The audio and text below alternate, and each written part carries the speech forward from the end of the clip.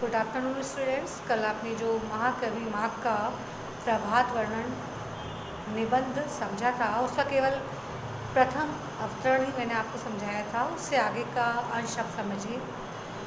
पूर्व दिशा रूपी स्त्री की प्रभा इस समय बहुत ही भली मालूम होती है। लेखक कहते हैं कि जब सूर्योदय होना ही चाहता है, अर्थात किसी भी क्षण सूर्योदय हो सकता है, तो उस समय पूर्व दिशा कालीन जो आकाश है वो लालिमा से संयुक्त होता है। तो भोर की लालिमा से युक्त जो पूर्व दिशा है वो बहुत ही सुंदर लगती है। तो लेखक पूर्व दिशा का चित्रण मानविकरण अलंकार का प्रयोग करते हुए सुंदर स्त्री के रूप में करते हैं। लेखक कहते हैं कि पूर्व दिशा रूपी जो सुंदरी है वो भोर की लालिमा के कारण हंसती हुई सी प्रतीत हो रही है।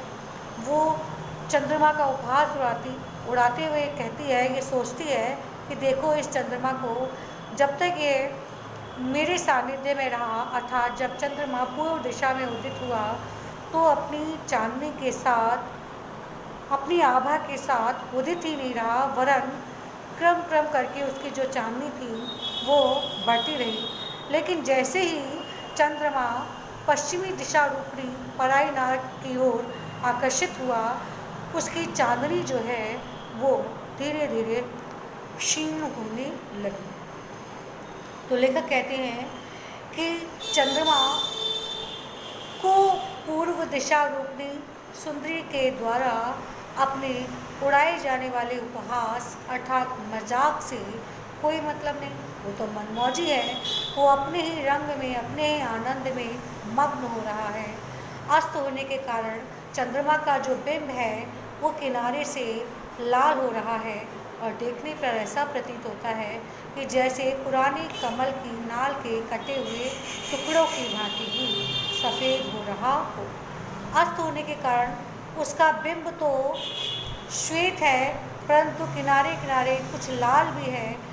तो उस लालिमा को देखकर ऐसा प्रतीत हो रहा है कि जैसे सफ़ेद चंदन में कुमकुम मिलाकर पश्चिम दिशा रूपिणी जो सुंदरी है उस सुंदरी का मानो चंद्रमा श्रृंगार कर रहा हो।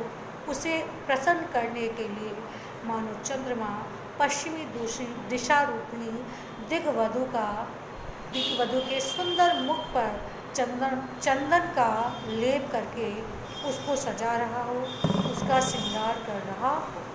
और पूर्व दिशा रूपी जो दूसरी दिग्वधु है, दिशावधु है, उसकी ओर उसका जरा भी ध्यान नहीं। जब कमल शोभित होते हैं तब कुमुद नहीं, और जब कुमुद शोभित होते हैं तब कमल नहीं। लेखक कहते हैं कि प्रातःकालीन जो संध्या होती है उस संध्या में विरोधाभास होता है। जब प्रातःकालीन संध्या होती है तब कमल के जो पुष्प हैं, कमल के जो पुष्प हैं वो